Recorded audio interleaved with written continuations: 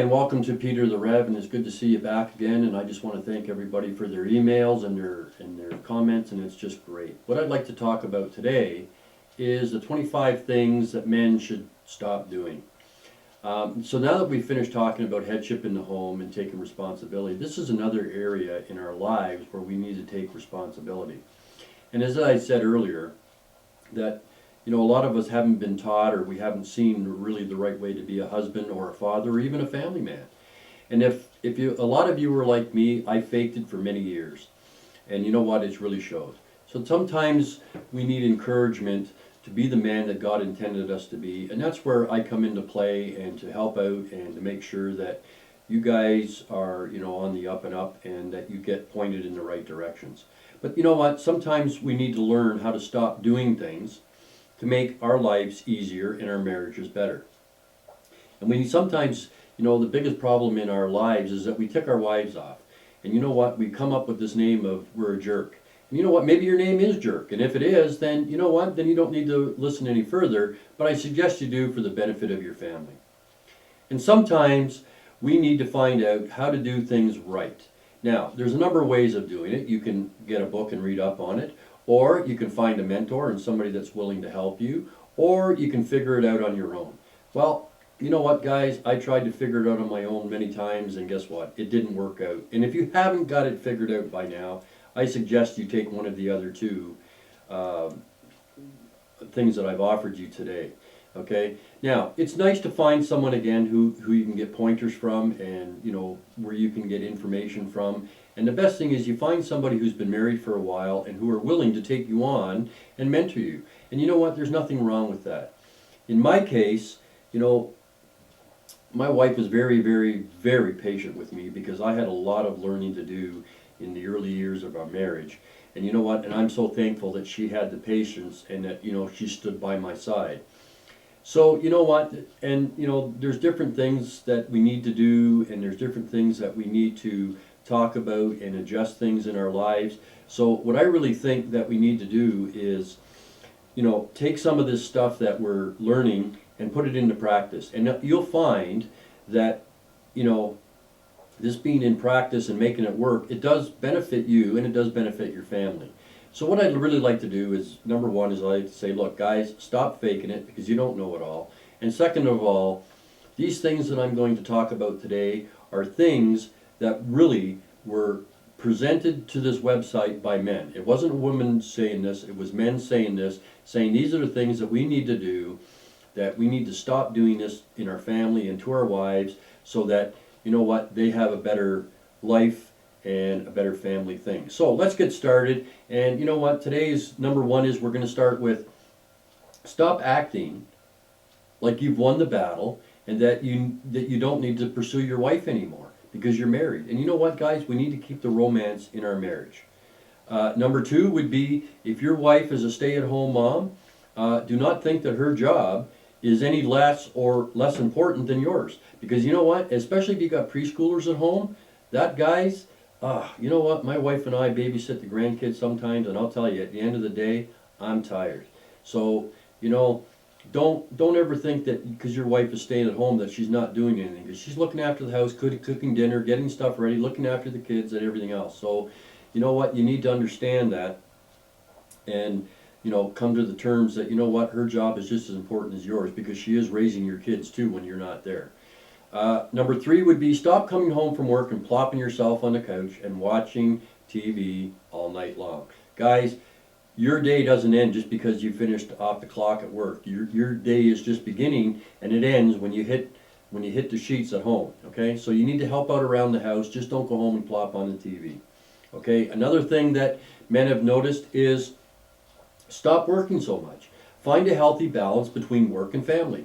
If you have to work because if you have to go to work because you have financial obligations, deal with those family obligations if they're, intruding on your family time. Okay, stop acting like you're listening to your wife when the TV is on. Turn it down when she walks into the room and she wants to talk. I have learned that I turn my TV down when my wife wants to come and talk to me, because that way she's going to get 100% of my attention. Okay, or even turn it off. Or, you know, if there's something that you're really watching, whether it be a news or something like that, then you know what? Just ask her to give you 5 minutes. Or, you know what? With all the retakes and everything on TV, guys, you'll see it in another day or two anyway, so it really doesn't matter. Okay? Another thing that we talked about, which would be number 6, stop allowing the spiritual leadership to fall on your wife. We just finished this about headship in the home, so this is something that you need to understand and get on the ball with that, which I'm assuming and I'm sure that you've already done that. Stop being passive when it comes time to disciplining and training your kids. You know what? They belong to both of you. You were there when they were produced, so guess what? You got to be there in the good times and the bad times, and you know what? That's where you got to be. So, you know what? Take the headship, discipline your children properly with your wife, and you know what? Train them up to be what you want them to be under God's teaching. Okay? Stop saying you know and understand what your wife is saying or feeling when you haven't been listening to her in the first place. Stop being a closed book to your wife. Open up.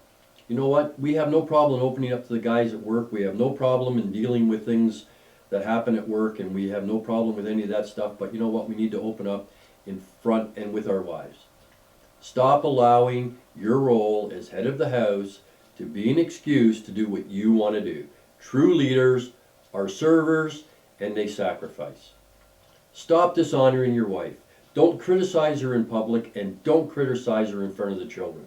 The minute the children know that there is a split between the two of you, or there's a rift between the two of you, they're all over that like a fat kid on a Smartie. And you need to understand that you cannot do this in front of your children. You're dishonoring your wife, guys. You need to stop that.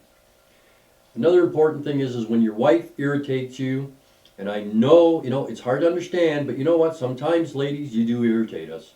But you know what?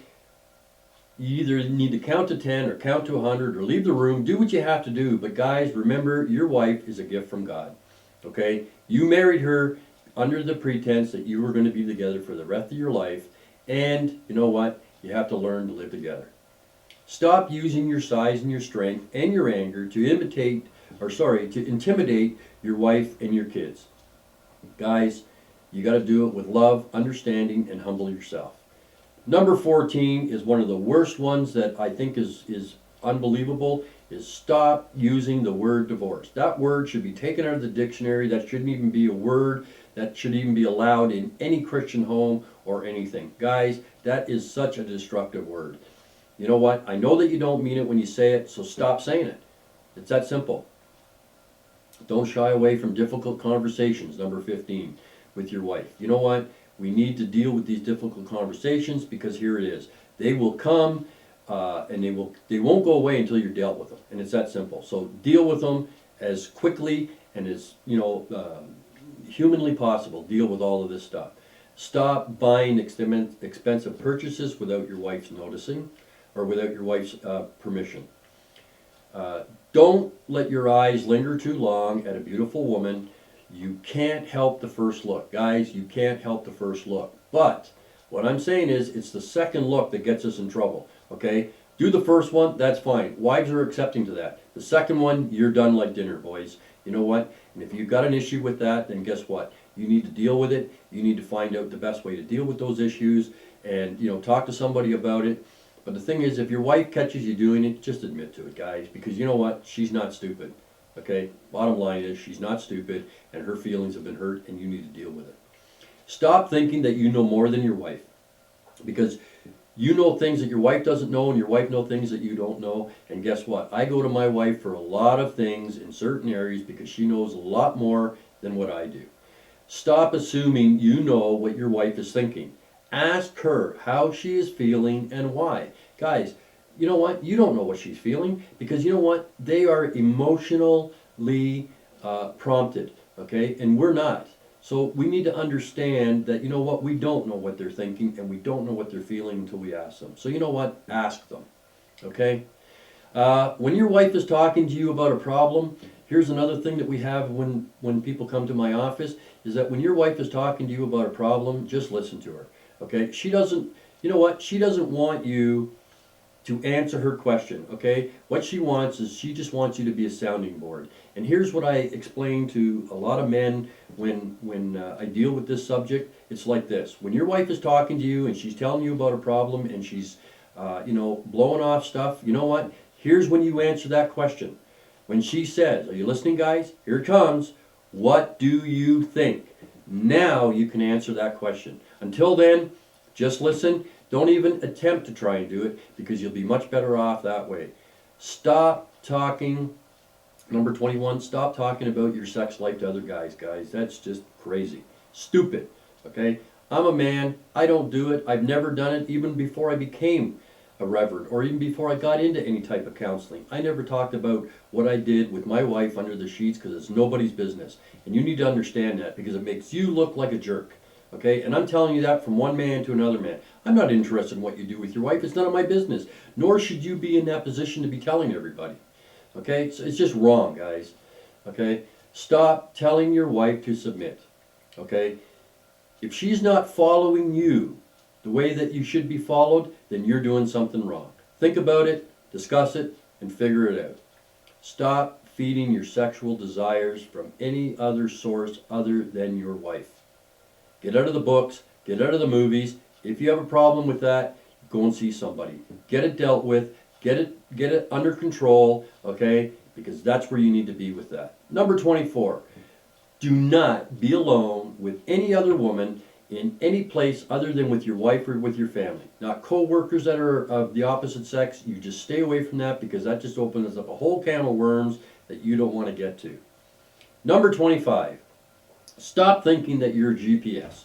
Okay, if you don't know where you're going, find out where you're going before you leave, or stop and ask somebody. Because really, all it does is upset your wife, and it makes you look like you haven't got a clue on what you're doing. And the truth is, you don't know what you're doing. So get all the information before you leave. Buy a GPS, punch in the directions, and get there. Okay, I'm Peter the Rev. You know what? I'm real. I'm raw. I'm Peter the Rev. And just remember, you know what? I love you. But Jesus loves you more.